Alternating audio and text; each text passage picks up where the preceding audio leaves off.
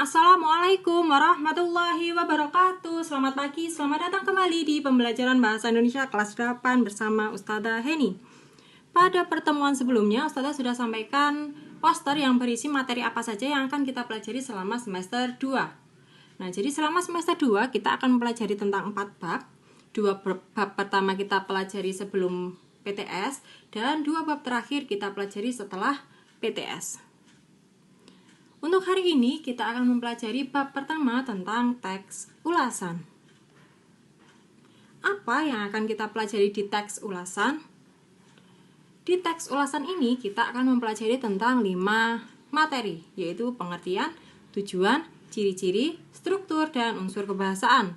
Untuk materi hari ini atau video kali ini, Ustadzah akan menjelaskan pengertian, tujuan, dan ciri-cirinya terlebih dahulu. Untuk struktur dan unsur kebahasaan, Ustadzah jelaskan di pertemuan selanjutnya. Apa itu teks ulasan? Teks ulasan adalah teks yang berisi penilaian pembaca terhadap suatu karya. Di teks ulasan itu teks penilaian. Penilaian itu bisa penilaian yang baik, bisa penilaian yang buruk. Jadi bisa berupa kritikan, bisa juga berupa pujian. Bisa juga dalam satu teks itu ada kritikannya, ada pujiannya. Apa tujuan seseorang menulis sebuah karya? Apa tujuan seseorang mengulas sebuah karya? Jadi tujuannya itu yang pertama untuk menunjukkan keberpihakan penulis. Jadi melalui teks ulasan itu terlihat si penulis itu berpihak tidak sama karya yang dia ulas. Kalau berpihak berarti isinya pujian, kalau tidak berpihak isinya kritikan. Yang kedua itu untuk memberi informasi tentang kelayakan sebuah karya. Jadi menunjukkan karya ini layak atau tidak untuk kita nikmati. Bisa kita baca, bisa kita lihat. Karena karya sastra di sini bisa berupa novel, cerpen, puisi, dan yang lain-lain. Jadi bentuknya tertulis. Ada juga karya sastra yang bentuknya film.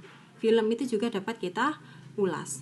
Nah, yang ketiga itu tujuannya untuk mengetahui isi karya. Jadi misalnya ada novel tertentu itu kita ulas, maka ulasan kita bisa membantu mengetahui isi dari karya tersebut. Jadi orang yang belum membaca teks karya tersebut bisa membaca ulasan kita, nah bisa mengetahui kira-kira isi dari karya itu bagaimana. Tujuan yang keempat ada mengetahui kelebihan dan kekurangan karya. Nah, kelebihan itu biasanya dalam teks ulasan dapat berupa pujian. Jadi dipuji mungkin ceritanya yang menarik atau yang lain. Nah, bisa juga kekurangannya. Kalau kekurangan itu berupa kritik. Lalu tujuan yang kelima itu mengajak pembaca untuk mendiskusikan suatu masalah. Misalnya, penulis ulasan itu mempunyai pendapat bahwa alur cerita A itu tidak menarik dengan alasan A, B, C, D, E. Nah, itu bertujuan untuk mengajak kita apakah kita juga berpendapat sama dengan penulis atau tidak. Jadi untuk mendiskusikan suatu masalah. Selanjutnya, tujuan mengulas karya sastra itu juga ada memudahkan pembaca untuk mengidentifikasi hubungan antara karya satu dengan karya yang lain. Contohnya ada novel judulnya A. Ternyata novel A itu mirip dengan novel B. Miripnya dari segi mana saja itu bisa juga diceritakan melalui teks ulasan. Jadi si novel A ini punya hubungan dengan novel B. Terakhir, itu ada memberikan pertimbangan kepada pembaca untuk membeli dan menikmati suatu karya. Jadi kalau suatu karya itu sudah ada teks ulasannya, otomatis kan di situ ada penilaiannya. Nah, itu bisa memberikan pertimbangan kepada kita apakah kita jadi untuk membeli novel A itu atau tidak. Ketiga, itu ciri-ciri teks ulasan.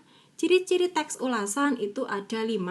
Yang pertama bersifat komunikatif, artinya teks ulasan berfungsi untuk memberikan kritikan dan pujian terhadap suatu karya sastra.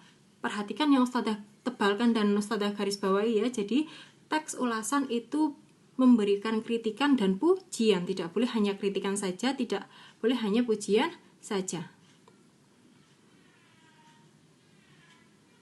Lalu, yang kedua, strukturnya terdiri dari orientasi, tafsiran, evaluasi, dan rangkuman.